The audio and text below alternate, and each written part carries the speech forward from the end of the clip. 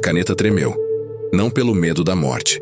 Tadashi Yamamoto já tinha aceitado morrer naquele bunker de concreto em Iwo Jima. O que fazia suas mãos tremerem era outra coisa. Algo pior que a morte. A verdade. Ele escrevia palavras que seus próprios oficiais o executariam por pensar. Palavras que desmontavam 3 anos de certezas. 3 anos de propaganda. 3 anos de mentiras. Os fuzileiros navais americanos não morrem como homens comuns. Tudo o que nos ensinaram sobre a fraqueza deles era falso. Do lado de fora, através da estreita fenda de observação, o inferno continuava. Explosões rasgavam a terra vulcânica. Gritos cortavam o ar denso de enxofre. Mas Yamamoto não conseguia parar de escrever, porque 1 hora antes, ele tinha visto algo impossível. 6 fuzileiros navais avançaram contra sua posição. Fogo de metralhadora varreu a encosta. 3 caíram. Os outros continuaram subindo. Uma granada explodiu no meio do grupo. Um dos americanos absorveu a explosão com o próprio corpo. Protetor humano. Escudo de carne. Ele continuou lutando. Ferimentos catastróficos rasgavam seu uniforme. Sangue escorria pela areia negra. Mas suas mãos ainda seguravam a arma. Ainda disparavam. Ainda matavam. Até que fisicamente não conseguiu mais apertar o gatilho. Os sobreviventes tomaram a posição em 4 minutos. Yamamoto olhou para as palavras que tinha escrito. Então olhou para a propaganda japonesa pregada na parede do bunker. O soldado americano é fraco, individualista, covarde. Ele quebra sob pressão. Ele riscou o papel com força e escreveu a única verdade que importava. Nós é que somos fracos, porque lutamos contra o espelho do que dizíamos ser. Fevereiro de 1945. Monte Suribachi. 21.000 soldados japoneses ocupavam aquela ilha. Foram prometidos que enfrentariam tropas americanas moles que desmoronariam no primeiro contra-ataque sério. O que encontraram destruiria cada avaliação militar que o Império Japonês já fez sobre seus inimigos. A matemática desse erro não estava sendo escrita em relatórios estratégicos. Estava sendo gravada em sangue, em ossos, em cinzas, em 36 dias de combate que deixariam 26.000 fuzileiros navais como baixas. E os americanos ainda venceriam. Agosto de 1942. Canal de Guadalcanal. Ilhas Salomão. O cabo Hideo Takahashi tinha sobrevivido à campanha na China. Tinha visto divisões inteiras de soldados chineses desmoronarem diante do avanço japonês. Tinha aprendido que o império era invencível, que o espírito guerreiro do Bushido era superior a qualquer força material, que os americanos eram amadores mimados por uma sociedade democrática e fraca. Ele escreveu em seu diário após a primeira semana de combate: "Os americanos que desembarcaram aqui são diferentes. Diferente era pouco. Eram alienígenas. O exército imperial japonês dominava a guerra noturna. Era doutrina básica. Ataques noturnos em território japonês. Os americanos temiam a escuridão. Dependiam de luz. Entravam em pânico quando não conseguiam ver o inimigo. Isso estava nos manuais, nos briefings, nas certezas absolutas que separavam guerreiros de covardes. Então veio a primeira noite. O tenente Shigeru Fukudomi comandava 200 homens, veteranos, tropas de elite que tinham massacrado forças chinesas 3 vezes maiores. Receberam ordens de retomar o campo Henderson. Ataque noturno, estilo clássico. Silêncio mortal seguido de gritos banzai que congelariam o sangue dos americanos. Eles avançaram confiantes. A escuridão era aliada, a selva era cobertura. O medo americano era garantido. Os fuzileiros navais esperavam em posições preparadas. Fukudomi e seus homens entraram num matadouro. O que aconteceu depois quebrou todas as regras da guerra que os japoneses conheciam. Os fuzileiros navais não se defenderam. Eles contra-atacaram, na escuridão total, com precisão cirúrgica. Armas automáticas cortaram a noite. Sons de morte vinham de direções impossíveis. Os americanos se moviam pela selva como fantasmas. Matavam em silêncio. Desapareciam. reapareciam em outro lugar. O diário de Fukudome foi recuperado 3 dias depois, quando encontraram seu corpo. Eles nos atacaram durante a noite. Nós é que atacamos à noite. Sempre fomos nós. Eles se moveram pela selva que considerávamos impenetrável. Amanheceu. Restavam 90 homens da minha companhia. Os americanos sofreram 12 baixas. 12. 200 contra 16 mil fuzileiros navais da primeira divisão. E os japoneses perderam 110 homens, na escuridão, no território deles. Takahashi fechou seu diário naquela noite. Sentiu algo que nunca tinha sentido na China. Dúvida. O sargento Kenji Matsumoto observava pela luneta de um bunker em Guadalcanal. Setembro de 1942. 4 semanas desde o desembarque americano. Ele tinha visto algo que contradizia anos de treinamento. Um metralhador americano. Posição exposta. 2 pernas quebradas por estilhaços de granada. O homem continuou atirando. Sangue empapava sua posição. Ossos atravessavam a pele. Mas a metralhadora continuava cuspindo fogo. A infantaria japonesa o matou depois de 40 tentativas de avanço. 40 homens mortos. Por um americano com as pernas despedaçadas que se recusou a parar. Matsumoto escreveu em uma carta interceptada semanas depois. Ensinaram-nos que os americanos são individualistas. Que não se sacrificam pelos camaradas. Isso é mentira. O assistente do metralhador imediatamente pegou a arma quando ele morreu. Continuou atirando. Perdemos mais 20 homens. Então, um terceiro americano assumiu a posição. 60 homens japoneses. 3 fuzileiros navais. Uma metralhadora. A matemática não fazia sentido, mas o sangue não mentia. Em 1943, oficiais de inteligência japoneses começaram a interrogar prisioneiros americanos. Poucos, muito poucos. Fuzileiros navais raramente se rendiam, mas os que caíam feridos demais para lutar forneceram informações perturbadoras. Um instrutor japonês apresentou as descobertas em um briefing. Yamamoto, que meses depois enfrentaria os fuzileiros em Iwo Jima, estava na plateia. O oficial parecia genuinamente assustado. Os fuzileiros navais americanos passam por treinamento que seria considerado tortura em exércitos civilizados. São quebrados mentalmente, decompostos fisicamente. Então reconstruídos em algo que mal parece humano.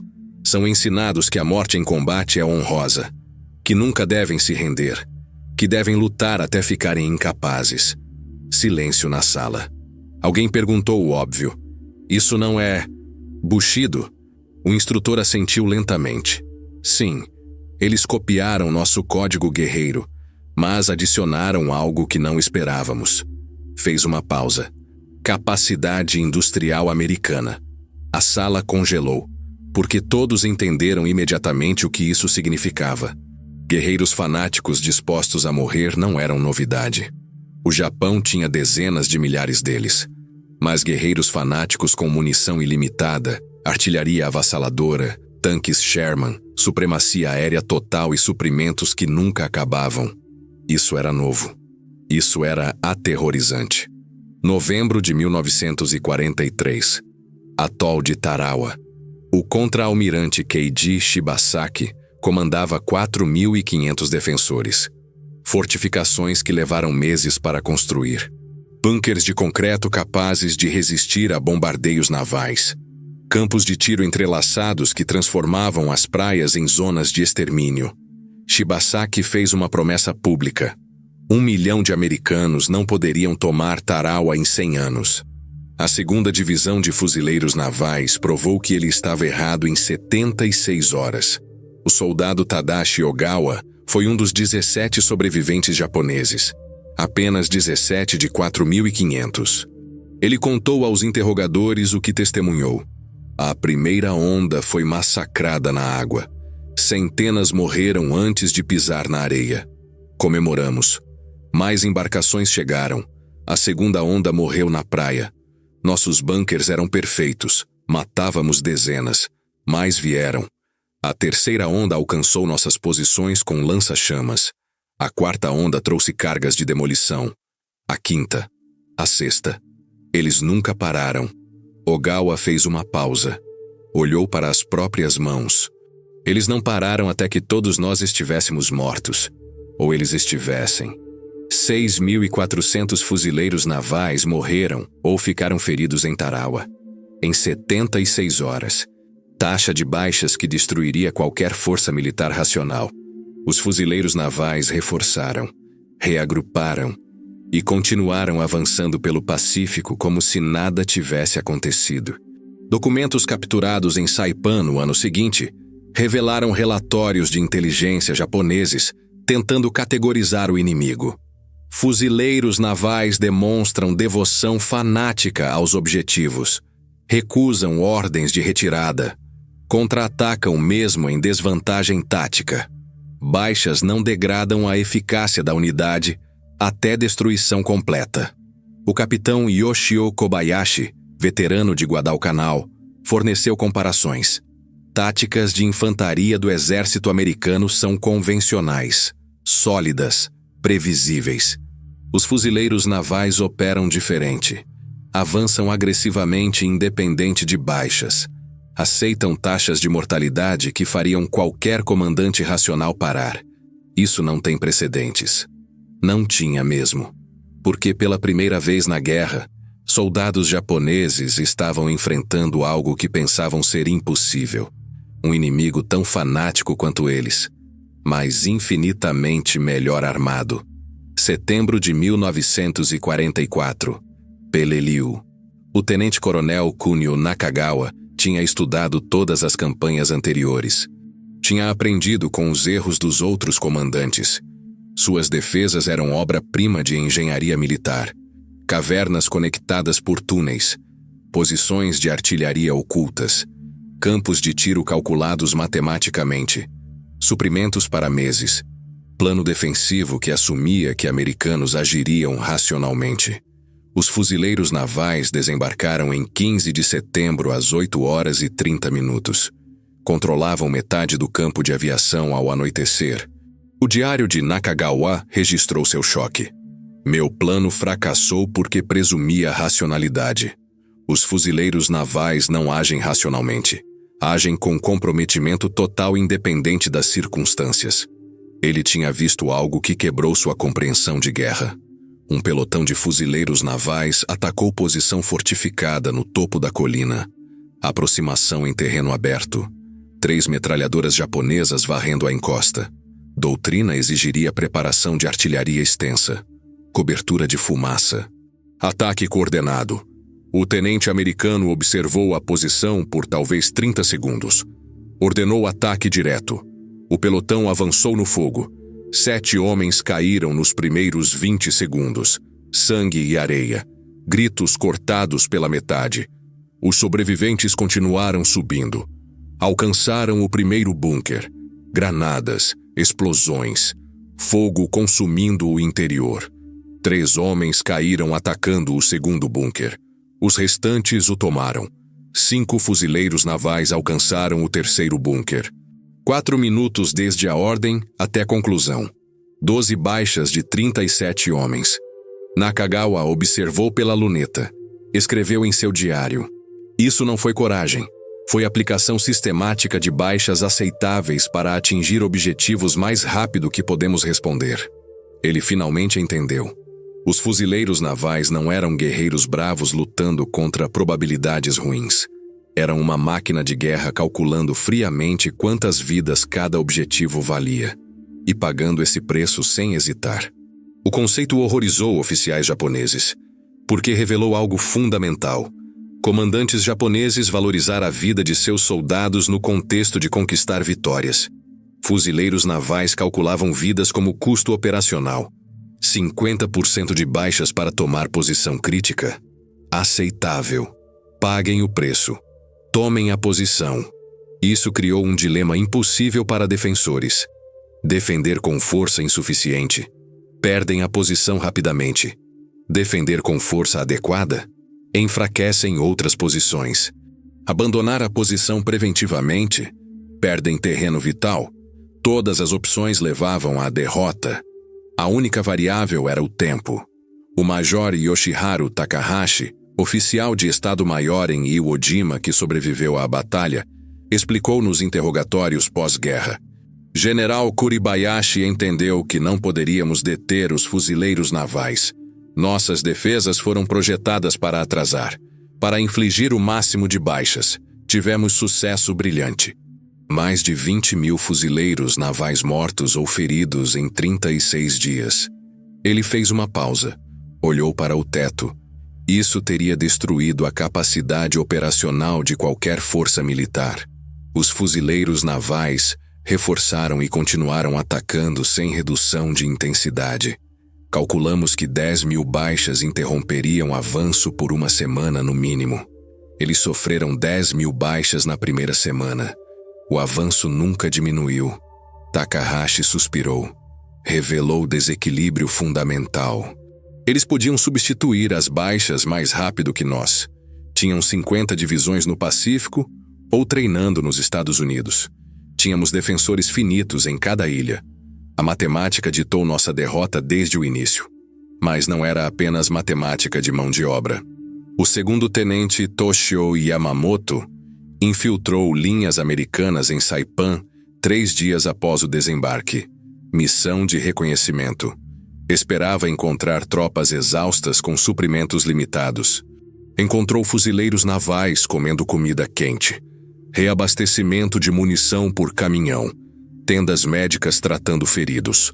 Áreas de descanso onde unidades saíam da linha de combate.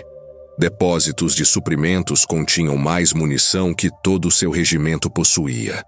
Cozinhas móveis, refeições frescas, chuveiros portáteis, lavanderia. Eles estavam travando a batalha mais intensa da Guerra do Pacífico e vivendo melhor que guarnições japonesas em tempos de paz. Yamamoto escreveu em seu relatório: derrotá-los é impossível. Nunca ficarão sem comida, munição, remédios ou substitutos. Nós ficaremos. A logística americana criou forma de guerra que favorecia fuzileiros navais, apesar de taxas iniciais de baixas serem brutais. Defensores japoneses lutavam em posições fixas.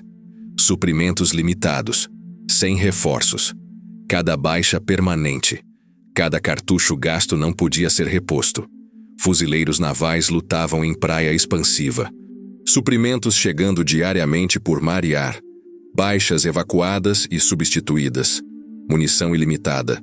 Quanto mais a batalha durava, mais fracos ficavam defensores japoneses. Mais fortes ficavam os fuzileiros navais. Em Peleliu, a defesa de Nakagawa durou de 15 de setembro a 27 de novembro. A primeira divisão de fuzileiros navais sofreu baixas tão pesadas que foi retirada, substituída pela 81ª Divisão de Infantaria em outubro. A batalha, que deveria durar uma semana, durou 11. Os japoneses infligiram 10.000 baixas americanas. Americanos puderam arcar com essas perdas e continuar atacando. O Japão não tinha condições de defender todas as ilhas a esse custo. A aritmética era insustentável.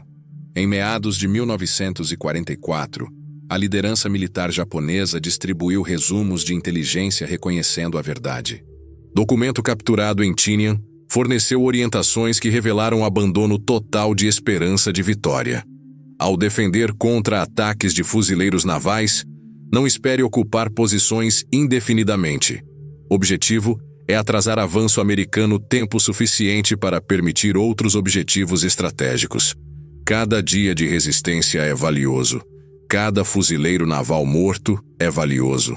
Mas entenda, a posição vai cair. Prepare-se adequadamente. Aceite que provavelmente morrerá. Seu sacrifício dá tempo ao Império. A honra neste sacrifício mesmo sem vitória. Este cálculo sombrio definiu estratégia defensiva japonesa para o último ano da guerra. Defensores não lutavam mais para vencer batalhas. Lutavam para tornar batalhas tão custosas que os americanos negociariam em vez de invadir o Japão. Os fuzileiros navais, aceitando baixas que forçariam outros exércitos a parar, negaram essa estratégia. Pagaram o preço. Continuaram avançando. Nenhum custo era alto demais. Nenhuma posição forte demais. A ofensiva nunca parou. 19 de fevereiro de 1945. Iwo Jima. General Tadamichi Kuribayashi era o comandante defensivo mais capaz que o Japão colocou no Pacífico. Meses estudando táticas de fuzileiros navais. Defesas projetadas especificamente para derrotá-los. 18 quilômetros de túneis conectando 1.500 posições de cavernas. Artilharia registrada para fogo devastador nas praias. Bunkers que resistiriam ao bombardeio naval. Proibição de cargas banzai que desperdiçavam vidas. Defesa em profundidade perfeita. 70.000 fuzileiros navais de 3 divisões desembarcaram naquela manhã. As defesas de Kuribayashi funcionaram exatamente como planejado. Bombardeio naval mal arranhou fortificações. Fuzileiros navais desembarcaram em ondas pesadas. Baixas catastróficas imediatas. Areia vulcânica negra, coberta de mortos e feridos. Artilharia japonesa, invocando fogo perfeitamente coordenado. O ataque parecia falhar. Então aconteceu o que Kuribayashi não previu. Fuzileiros navais não recuaram para se reagrupar. Avançaram no fogo de artilharia. Encontraram lacunas entre posições japonesas. Exploraram. Quando bunkers bloquearam avanço, equipes de demolição avançaram sob fogo para destruí-los. Quando essas equipes morreram, outros fuzileiros navais tomaram seus lugares. O ataque nunca parou. Yamamoto observou de seu bunker. Escreveu no diário. Uma equipe de lança-chamas se aproximou. Matamos o operador. Seu assistente pegou a arma. Continuou. Matamos ele. Terceiro fuzileiro naval pegou a arma. Ferimos gravemente. Ele continuou disparando até ficar vazia. Então, jogou granadas até morrer. Nesse tempo, engenheiros de demolição alcançaram a entrada. Posição perdida. Isso aconteceu 30 vezes na primeira hora. Como você derrota homens que não param? A resposta era simples. Não era possível. Aritmética brutal de Iwo Jima demonstrou doutrina de fuzileiros navais na forma mais pura. 70.000 desembarcaram. 26.000 ficaram feridos. Quase 7.000 mortos. Mas todos os 21.000 defensores japoneses morreram, exceto 1.006 que foram capturados inconscientes ou feridos demais para resistir. Fuzileiros navais pagaram preço inimaginável. E ainda venceram. Kuribayashi, que sobreviveu até final de março, escreveu a avaliação final contrabandeada para Tóquio antes da posição colapsar. Os fuzileiros navais são a força de combate mais eficaz que já conheci. Treinamento cria soldados dispostos a aceitar baixas que destruiriam outras unidades. Poder de fogo excede o nosso 5-1 em artilharia, 10-1 em apoio aéreo.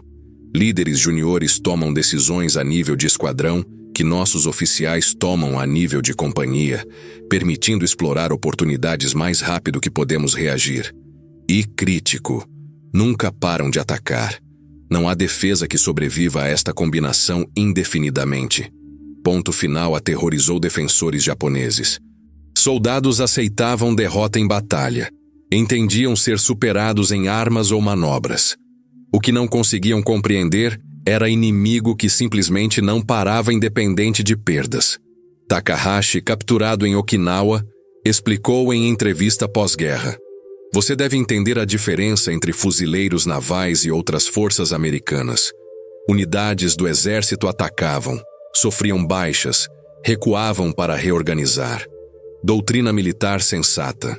Fuzileiros navais atacavam, sofriam baixas, continuavam atacando sobre corpos de próprios mortos. Isso não é doutrina, é algo diferente. Qualidade que tornava fuzileiros navais temidos foi criada deliberadamente. Treinamento que reduzia recrutas a nada. Reconstruía em guerreiros cuja identidade era inseparável do corpo de fuzileiros navais. Prisioneiro americano capturado em Saipan explicou a oficiais de inteligência japoneses perplexos. Campo de treinamento dura 8 semanas. Primeiras 4. Instrutores destroem tudo que é civil no recruta. Dizem que não vale nada. Nunca será fuzileiro naval. Deveria desistir. Ingressar no exército. Abuso psicológico e físico. Você é empurrado até pensar que não pode continuar. Depois empurrado mais. Quem desiste é envergonhado publicamente. Quem permanece aprende que rendição não é opção. Oficial japonês anotou. Assemelha-se ao nosso próprio treinamento, mas mais sistemático. Prisioneiro continuou. Segundas 4 semanas, instrutores transformam você em fuzileiro naval. Aprende que faz parte de algo maior. Todo fuzileiro naval que já viveu é seu irmão. Falhar é trair todos que vieram antes. Isso criou algo único. Pressão psicológica que criava lutadores avançando quando o cálculo racional dizia para parar. 24 de outubro de 1944. Saipan. Coronel Takuya Takashi liderou 3.000 soldados em ataque banzai final contra posições de fuzileiros navais. A doutrina japonesa sustentava que tal ataque com comprometimento absoluto destruiria qualquer defesa por ferocidade pura e medo de ser invadido. 27ª Divisão de Infantaria estava dormindo quando o ataque começou às 3 da madrugada. Soldados japoneses avançaram gritando, baionetas fixas, esmagando posições avançadas em grande número. Fuzileiros navais contra-atacaram imediatamente. Oficiais e sargentos organizaram defesas desesperadas. Usaram todas as armas disponíveis. Disparos de artilharia a queima-roupa. Facas de trincheira em combate corpo a corpo. O combate durou 4 horas. Amanheceu. Corpos japoneses cobriam 500 metros de profundidade. Baixas americanas. 90 mortos, 247 feridos. 3.000 soldados japoneses morreram.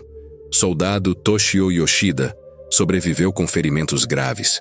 Relatório de interrogatório apresentado 3 dias depois.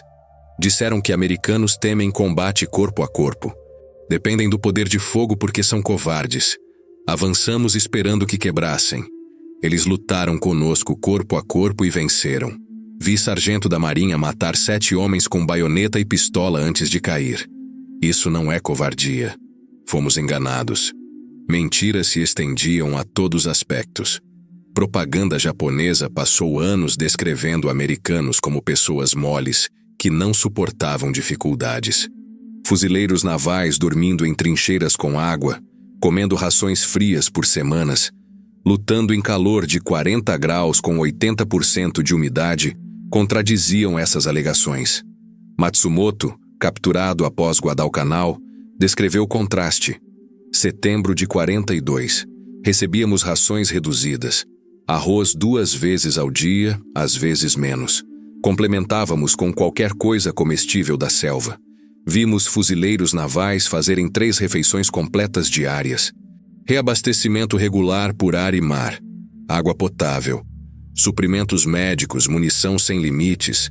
Percebemos que lutávamos contra inimigo que nunca ficaria sem recursos. Esse entendimento quebrou algo em nós. A superioridade material era devastadora. Bunkers fortificados. Fuzileiros navais convocavam artilharia lançando centenas de projéteis em minutos. Traziam tanques Sherman com lança-chamas. Usavam tiros navais nivelando colinas inteiras. Tenente Shigeru Fukudome, antes de morrer em Guadalcanal, escreveu análise capturada. Fuzileiros navais não lutam como soldados individuais. Lutam como partes de máquina única. Infantaria fixa posição. Metralhadores suprimem fogo.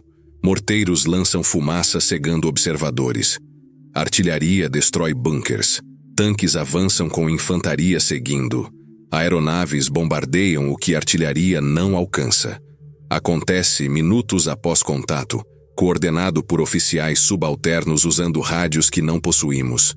Quando o comandante compreende a situação e emite ordens, fuzileiros navais já exploraram fraqueza. Velocidade de execução era possível porque fuzileiros navais delegavam autoridade ao nível mais baixo. Sargentos tomavam decisões reservadas a capitães na doutrina japonesa. Os cabos lideravam ataques exigindo autoridade de tenente no exército imperial. Resultado: inimigo adaptando mais rápido que forças japonesas reagiam. A arma mais temida não era rifle ou artilharia. Era lança-chamas. Takahashi, capturado em Okinawa com queimaduras cobrindo 40% do corpo. Fomos ensinados a aceitar morte em batalha como gloriosa, morte por balas, baionetas, artilharia, mortes de guerreiros. Fogo é diferente. Você observa chamas aproximando, sente cheiro de camaradas queimando vivos, ouve gritos. Não há glória, é abate industrial.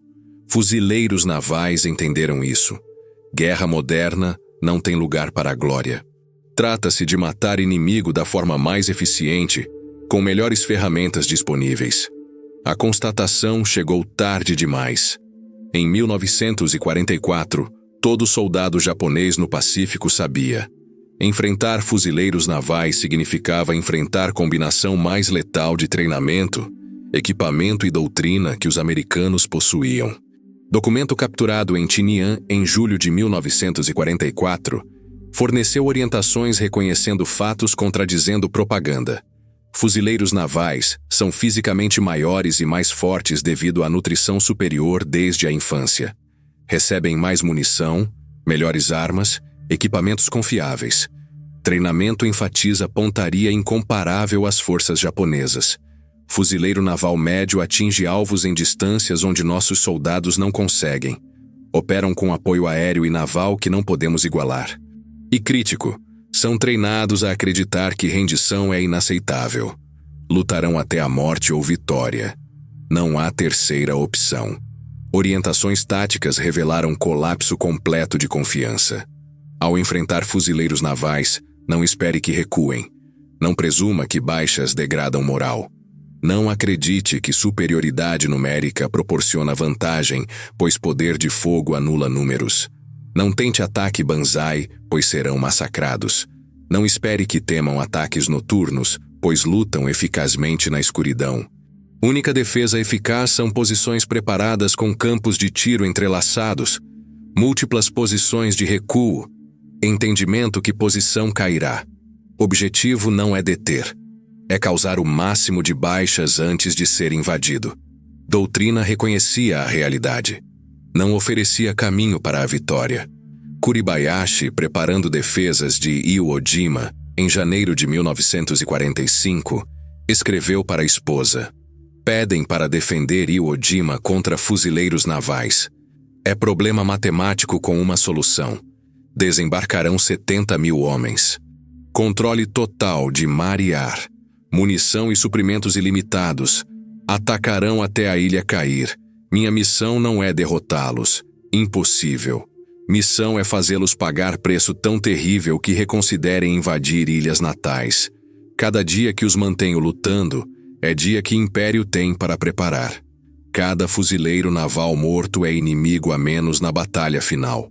A estratégia refletiu a evolução da doutrina defensiva japonesa de agressão confiante a desgaste desesperado.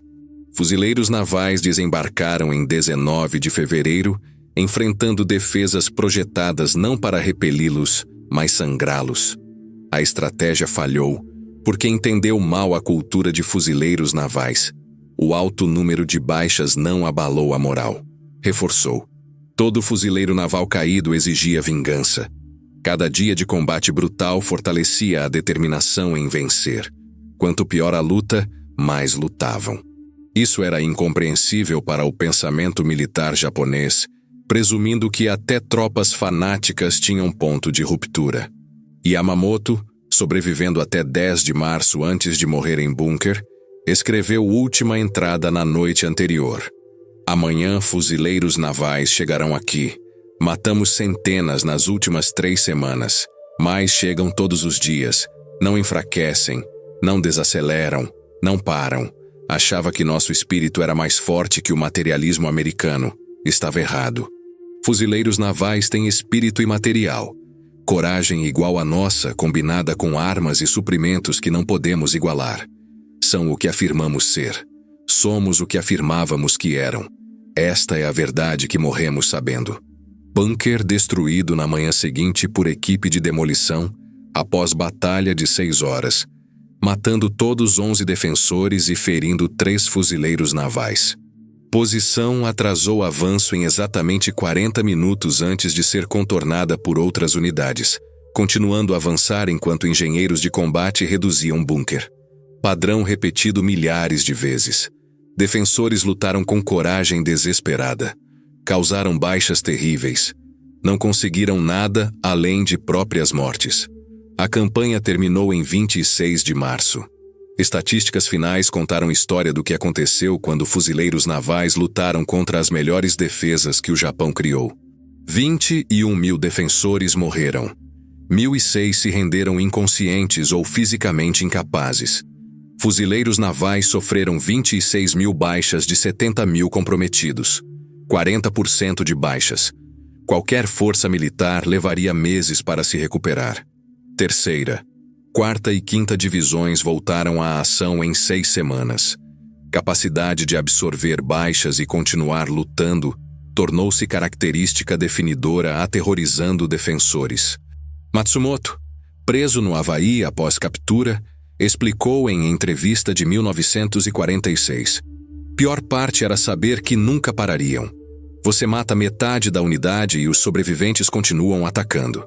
Fere líderes e sargentos assumem comando. Lutam até a exaustão e atacam no dia seguinte. Não havia como vencer. Só matar até matarem você. Isso não é guerra. É uma aniquilação mútua. E os fuzileiros navais tinham mais homens. A capacidade industrial americana produzindo ondas de substitutos surpreendeu os planejadores. Relatórios de inteligência final de 1944 observaram divisões sofrendo 75% de baixas em Peleliu em setembro, retornando força total em 3 meses. Substitutos desembarcaram em Iwo Jima, lutando com a mesma eficácia que veteranos. A capacidade de regenerar unidades derrotadas estava além da capacidade japonesa. O exército imperial não tinha sistema de treinamento comparável, nem oleoduto de substituição, mantendo qualidade e absorvendo perdas catastróficas. Eficiência americana estendia-se a todos os aspectos. Feridos recebiam tratamento minutos após serem atingidos. Evacuação por ar e mar transferia homens para navio-hospital em horas. Plasma sanguíneo. Antibióticos. Cuidados cirúrgicos, salvando vidas a taxas sem precedentes. Feridos japoneses morriam por falta de suprimentos médicos. Feridas infectadas. Lesões que a medicina americana tratava rotineiramente. Soldados capturados observaram fuzileiros navais, que deveriam ter morrido sobreviverem para lutar novamente. A humilhação final ocorreu após rendição em agosto de 1945. Fuzileiros navais ocuparam ilhas japonesas esperando resistência de população doutrinada para morrer em vez de se submeter. Encontraram pessoas exaustas e gratas pelo fim. Yoshida, repatriado em 1946 após recuperar de ferimentos em Saipan, tudo o que nos disseram era mentira. Fuzileiros navais não torturaram prisioneiros, forneceram comida, assistência médica, abrigo. Trataram-nos melhor que os próprios oficiais. Os americanos não eram bárbaros, nós éramos. Este conhecimento destruiu o que restava de fé no Império. Milhares chegaram a conclusões semelhantes. Relatórios de interrogatório pós-guerra revelaram temas comuns. Respeito pelas qualidades de combate. Amargura contra a liderança que mentiu sobre capacidades americanas.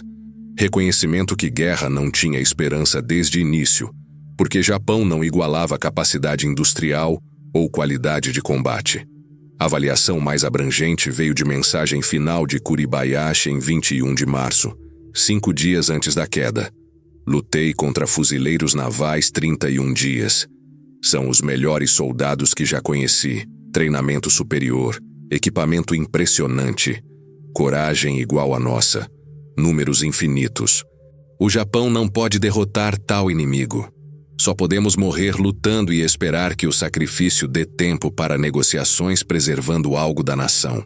Aos oficiais preparando defender ilhas natais, saibam disso. Fuzileiros navais virão, não pode detê-los. Só fazê-los pagar com sangue por cada metro. Talvez se preço for alto o suficiente negociem em vez de destruir tudo. Essa é a única esperança. Esperança morreu com bombas atômicas em agosto. Mas a avaliação de Kuribayashi revelou-se precisa. Fuzileiros navais foram a ponta da lança rompendo linhas defensivas japonesas no Pacífico. Pagaram preço terrível, com taxas de mortalidade que teriam destruído organizações menores. Nunca quebraram, nunca recuaram, nunca abriram mão de objetivos. Eram exatamente o que propaganda japonesa afirmava ser exército imperial. Guerreiros invencíveis lutando até a morte antes de aceitar a derrota. Ironia final. Fuzileiros navais conseguiram, através de treinamento sistemático e apoio material esmagador, não espírito guerreiro místico ou superioridade racial. Provaram que a guerra moderna exigia coragem e capacidade industrial, treinamento e tecnologia, sacrifício individual e recursos nacionais.